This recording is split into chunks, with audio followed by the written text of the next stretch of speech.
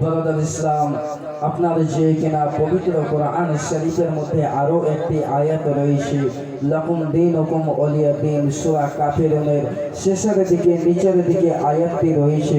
আল্লাহ পাক মহান রব্বুল আলামিন, ইয়া আকরামাল আকরামিন, আল্লাহ পাক বলছে তোমার জন্য তোমার দিন, আমার জন্য আমার দিন, তোমার জন্য তোমার ধর্ম, আমার জন্য আমার ধর্ম। তুমি তোমার ধর্ম পালন করো, আমি আমার ধর্ম পালন করব। এই কথা শুধু ইসলাম ধর্ম বলে না মুসলমান, এই কথা শুধু ইসলাম ধর্ম নয়, পৃথিবীতে যতগুলো ধর্ম রয়েছে প্রত্যেক ধর্মের মানুষেরা নিজের বইয়ের মধ্যে লিপিবদ্ধ করেছে যে কোনো ধর্মের ব্যক্তিকে, কোনো দলের মানুষকে আঘাত দেওয়া যাবে না, কোনো দলের মানুষকে দুঃখ দেওয়া যাবে না, কোনো দলের মানুষকে কষ্ট দেওয়া যাবে না। এই কথা মহান রব্বুল আলামিন, ইয়া আকরামাল আকরামিন, আল্লাহ পাক পবিত্র কোরআন শরীফের মধ্যে বলেছে বাবা, লাকুম দীনুকুম ওয়ালিয়া দীন।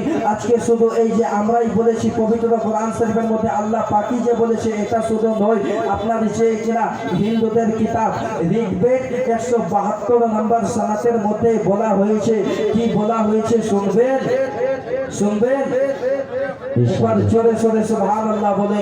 সুবহানাল্লাহ। বলছে বাবা, ओम जजानम हो भई चार बच्चर महमद सो सिगारी कम नमामि ए गंगजर भगवेश्वर स्वाहा। ओम मंगलम भगवान विष्णु मंगलम पुनरीकेशा। ओम मंगलम तनो हरे हरे हरे।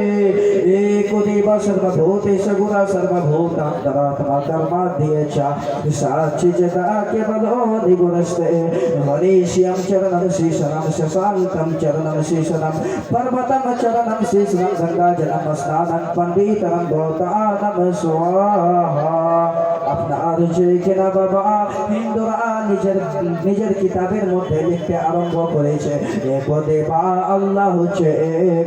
আজকে যে মুসলমান শুধু বলছে যে কোনো ধর্মের কোনো ব্যক্তিকে আঘাত দেওয়া যাবে না, কষ্ট দেওয়া যাবে না, শুধু এটাই নয়, পৃথিবীতে যতগুলো ধর্ম রয়েছে, যতগুলো দল রয়েছে, প্রত্যেক দলের মানুষেরা নিজের বইয়ের মধ্যে লিপিবদ্ধ করেছে যে কোনো ধর্মের কোনো ব্যক্তিকে আঘাত দেওয়া যাবে না, দুঃখ দেওয়া যাবে না, কষ্ট দেওয়া যাবে না।